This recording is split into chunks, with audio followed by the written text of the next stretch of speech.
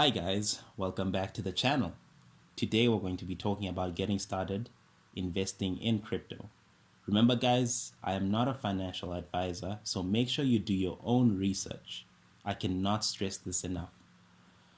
Alright, let's begin. So hypothetically, let's say you have a few projects in mind and you have done your research on them. And you have concluded that, okay, I want to invest.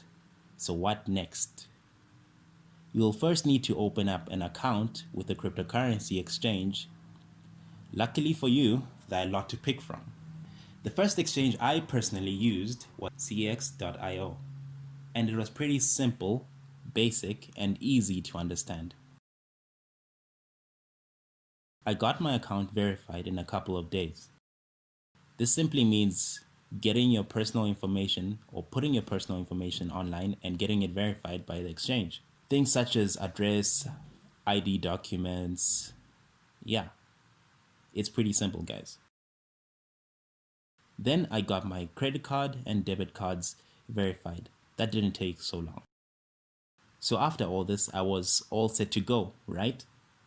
Well, not quite. I quickly realized that not all the cryptocurrency projects I was interested in were available on cx.io.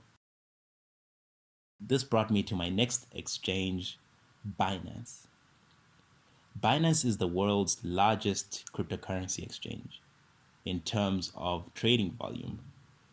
It is personally my number one pick. A large number of cryptocurrency projects are listed on Binance, which makes it very ideal for me to trade on. There are some caveats though. US citizens must trade on Binance US, which comes with KYC, which is basically providing information about yourself. As of a few days ago, an article was published. Binance to launch UK trading platform for institutional and retail investors. Retail side, that's you and me, guys.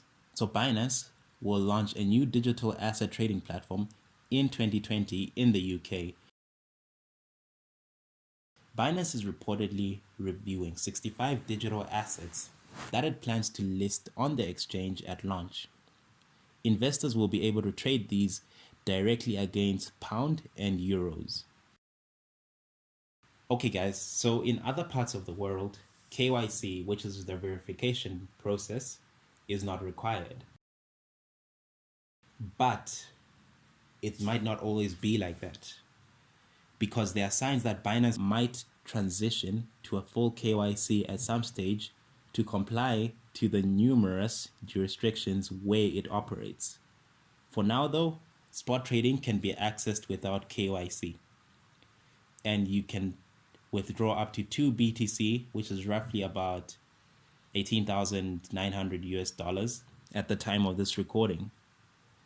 For margin trading, however, as well as other Binance projects, KYC is required. But if you are just looking to invest in a project, hold the tokens, and potentially sell them for your decent returns, well, this platform will do the job.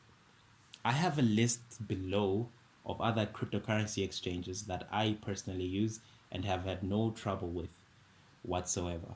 All right, moving on.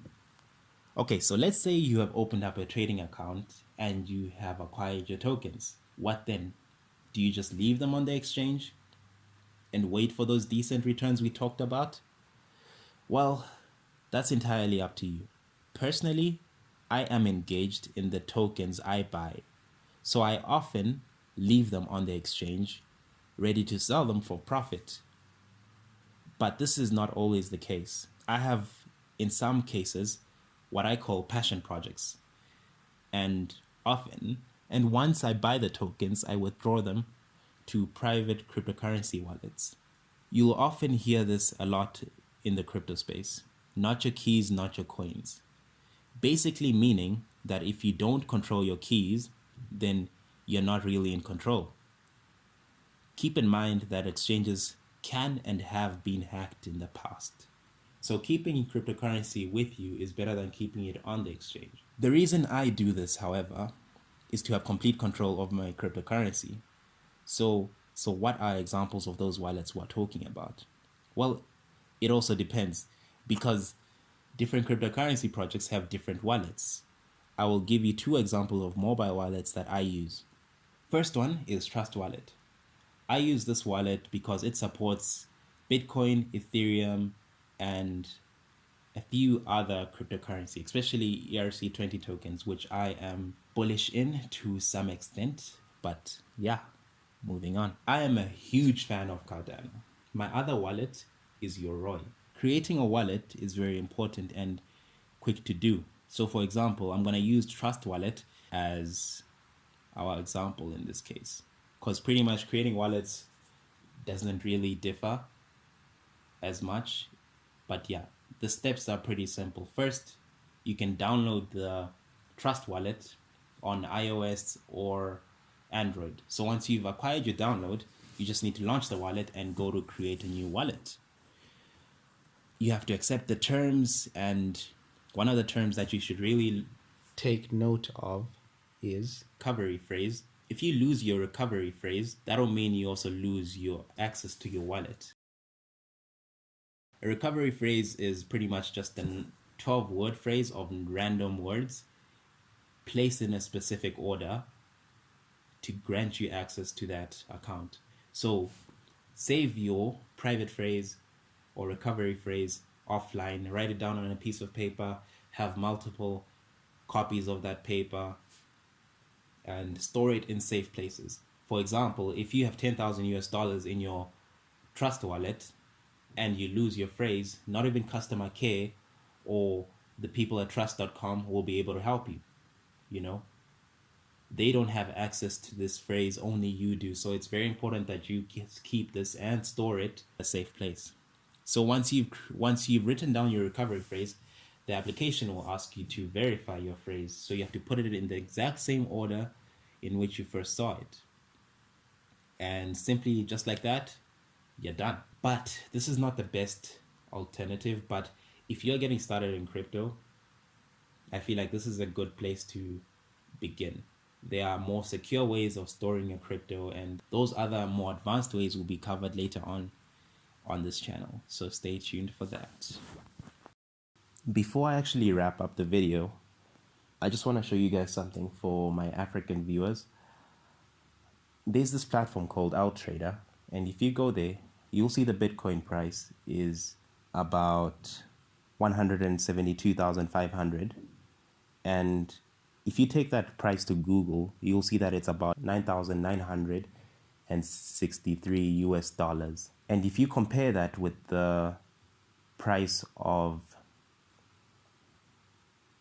Bitcoin on a better exchange, in my opinion, such as Binance, you will find that the Bitcoin price is a lot lower than that. So if you buy Bitcoin on one of these exchanges, you'll be buying it at a premium. I know CEX is also a bit higher, but not as ridiculously high as on OutTrader. So you have nothing to lose when using Binance, for example, to buy your crypto, or CEX to use. In fact, one thing you could do is you could buy Bitcoin, in theory, buy Bitcoin on CEX, send it over to this exchange and sell it and withdraw your money. And yeah, hopefully after all the bank charges and stuff, you should come out with a profit. But like I said, this is just a theory. Haven't tried it out. Might just do it. But yeah, make sure that you compare the prices of Bitcoin on exchanges before you actually engage in any purchasing. So yeah, thanks for watching, guys, and I have very exciting videos coming up soon. These are just more of introduction videos to the channel and getting people started. There's a lot more things that I would like to cover, so stay tuned for that. Thank you so much for making it this far into the video. If you're new, please subscribe.